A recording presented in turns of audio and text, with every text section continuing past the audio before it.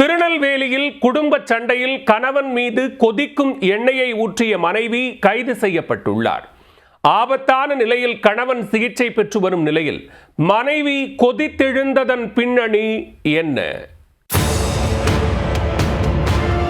திருநெல்வேலி மாவட்டம் கிருஷ்ணாபுரம் பகுதியைச் சேர்ந்த 42 வயதான பாலசுப்ரமணியன் ஆட்டோ ஓட்டுநராக பணியாற்றி வந்துள்ளார். இவரது மனைவி 35 வயது முத்துலட்சுமி.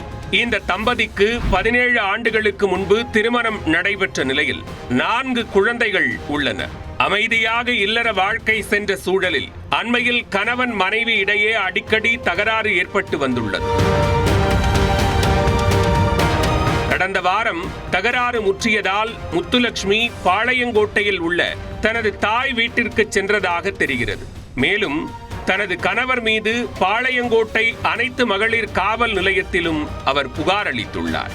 அதில் குடித்துவிட்டு தன்னை அடித்து துன்புறுத்தி கொடுமைப்படுத்துவதாக குற்றம் சாட்டியுள்ளார். பின்னர் தம்பதி இருவரையும் பாளையங்கோட்டை அனைத்து மகளிர் காவல் நிலைய போலீசார் நேரில் அழைத்து பேசியுள்ளனர். அப்போது 4 குழந்தைகள் உள்ளதால் இருவரும் சமாதானமாக செல்ல அறிவுரை கூறி சேர்ந்து வாழ அனுப்பி வைத்ததாக கூறப்படுகிறது. இருந்தபோதும் வெள்ளிக்கிழமை அன்று கணவன் மனைவி இடையே மீண்டும் தகராறு ஏற்பட்டுள்ளது. இதனால் ஆத்திரமடைந்த முத்துலட்சுமி பாலசுப்ரமணியன் மீது கடும் கோபத்தில் இருந்துள்ளார். கோபத்தை கட்டுப்படுத்த முடியாமல் வீட்டில் படுத்திருந்த கணவன் மீது கொதிக்கும் எண்ணெயை ஊற்றியுள்ளார்.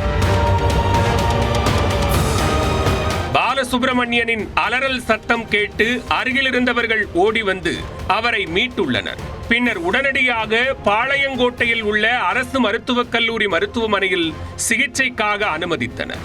இடுப்பு பகுதிக்கு கீழே கால் வரை 70% தீக்காயம் ஏற்பட்டுள்ளது.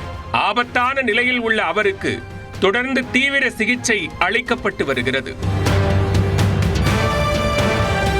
இதுகுறித்து தகவல் அறிந்த சிவந்திப்பட்டி காவல்துறையினர் வழக்கு பதிந்து முத்துலட்சுமியை கைது செய்தனர். கணவனை தாக்கியதற்கு குடும்ப சண்டைதான் காரணமா அல்லது வேறு ஏதும் காரணம் உள்ளதா என்ற கோணங்களிலும் தொடர்ந்து விசாரணை மேற்கொண்டு வருகின்றனர்.